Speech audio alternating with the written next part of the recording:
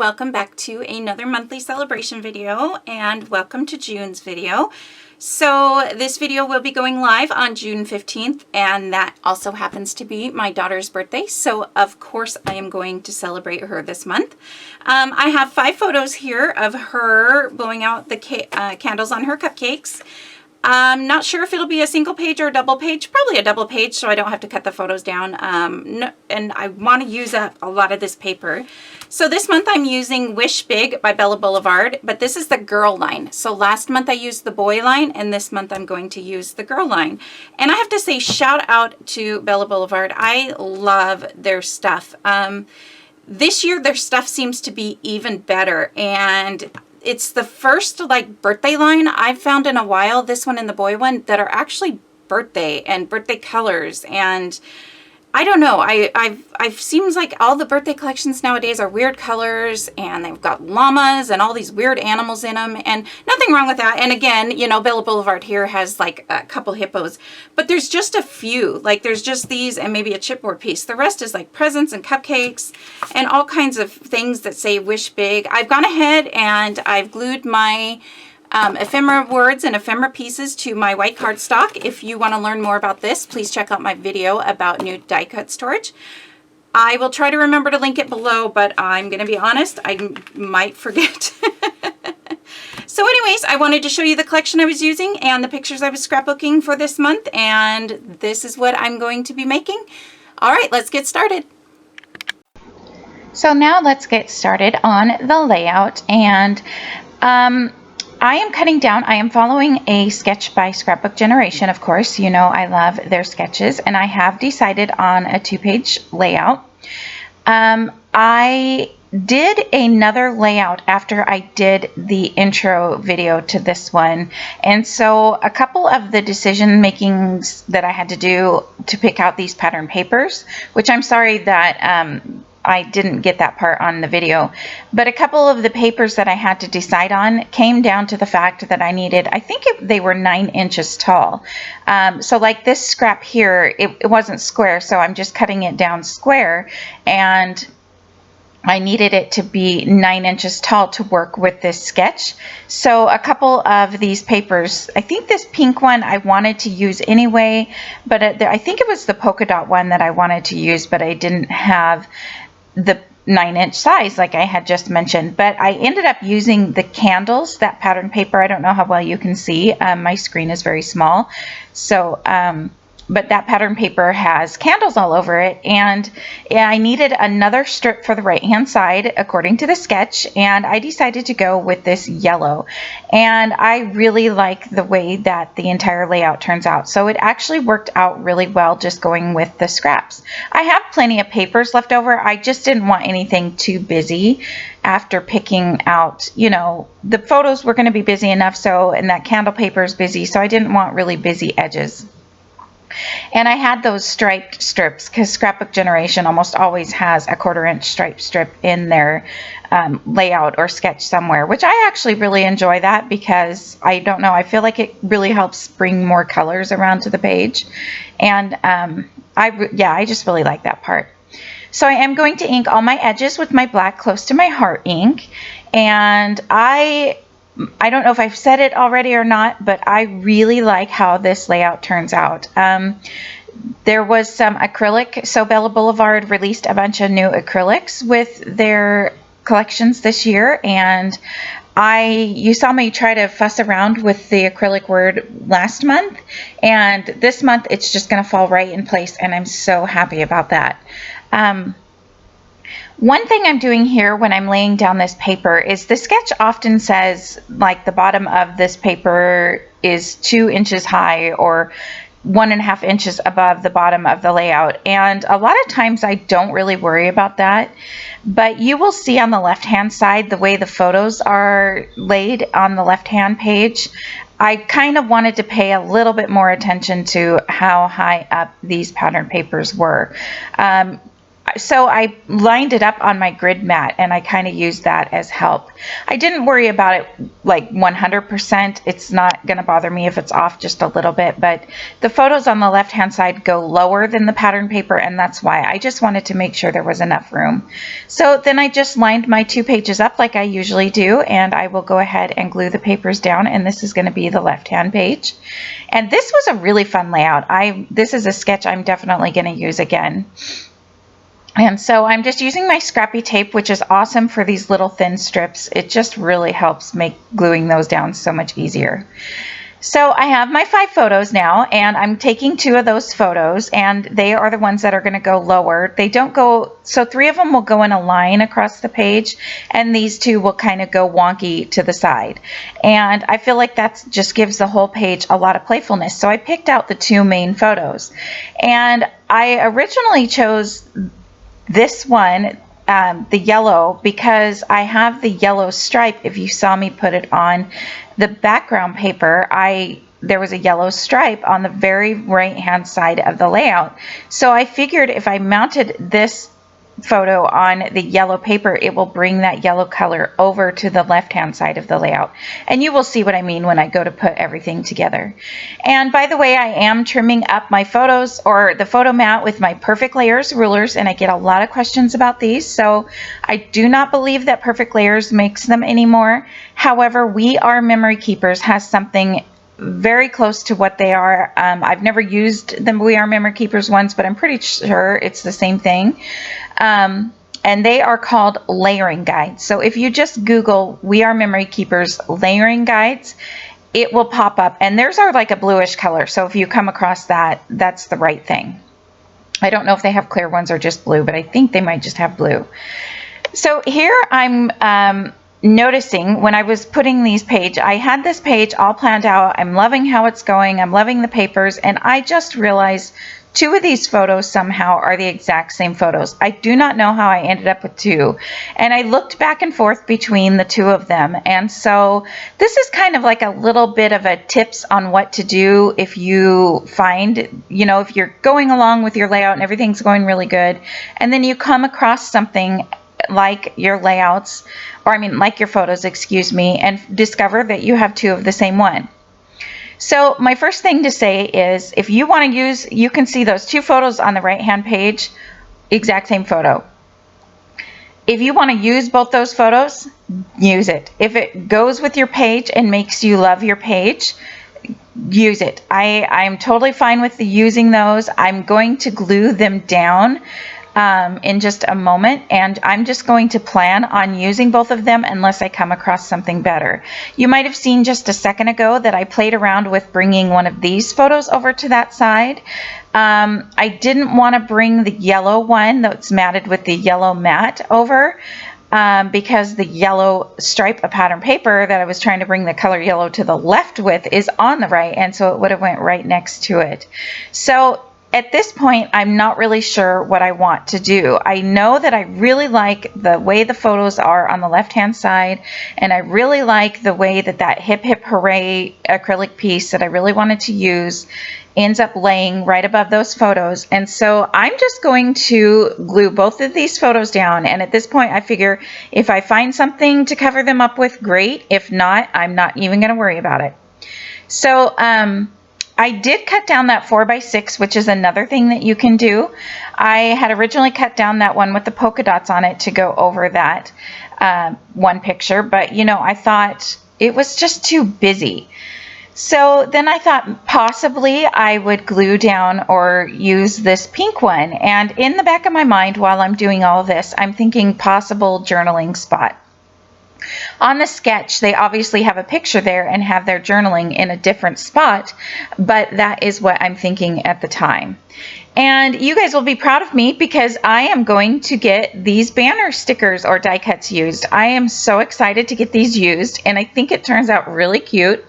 I'm going to lay them down because I didn't realize how very wide they were. And they currently just have the removable adhesive that I use to put them on the cardstock sheet behind them, so they're staying in place. But I know right away that they go way too far over on the right. And I thought for a minute possibly I could make a little cluster above the letter Y. But I also realized that there's a lot of extra space on these. And so I'm going to go ahead and I'm going to trim off. And don't worry, I'm not going to make you watch this entire process. But I am going to trim off a little bit of each letter. And I actually end up trimming them more than I need to without even realizing it. And so I'm going to have plenty of space. But I'm so excited that I used this banner. Normally this is something that would end up as in my leftover stash from this collection kit. But you can see, and I happened to trim it up, and which it wasn't planned, where the word happy fit all on the left side and birthday will be all on the right side. So I was glad I didn't have to break up either of those words. So the other thing that I am doing is I'm taking every other letter, and I'm showing you here, that's why I started back up again.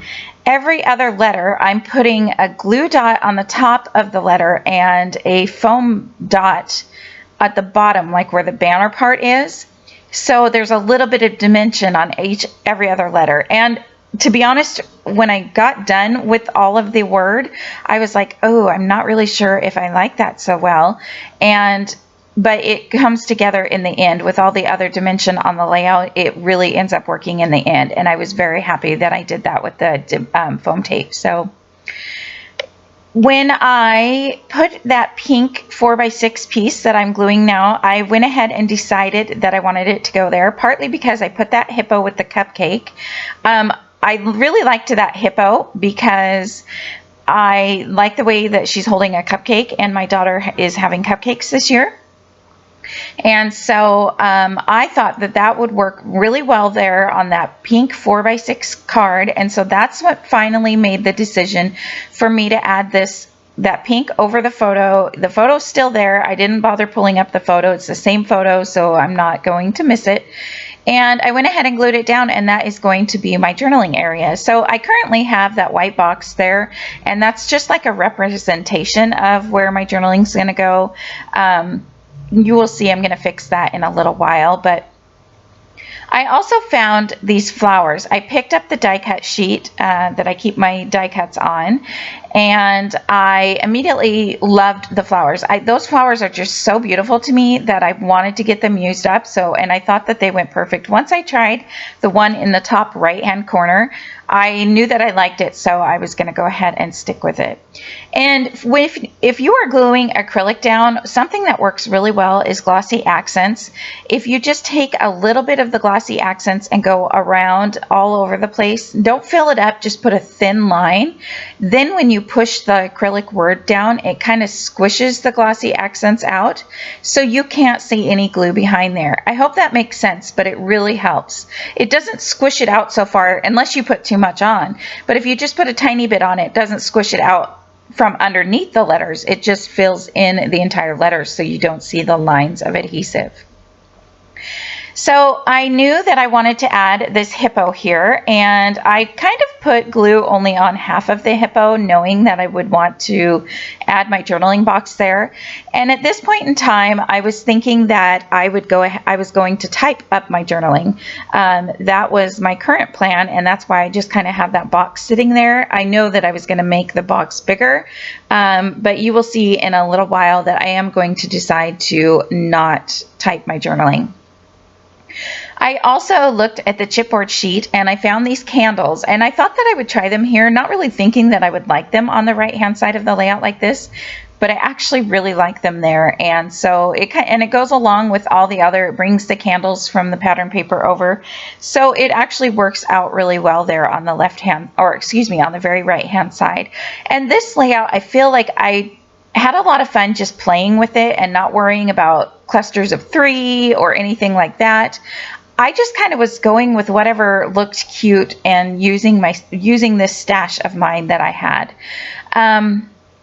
I liked that Wish Big sticker, but it was just a little bit too big, and I didn't like the words by the banner Happy Birthday.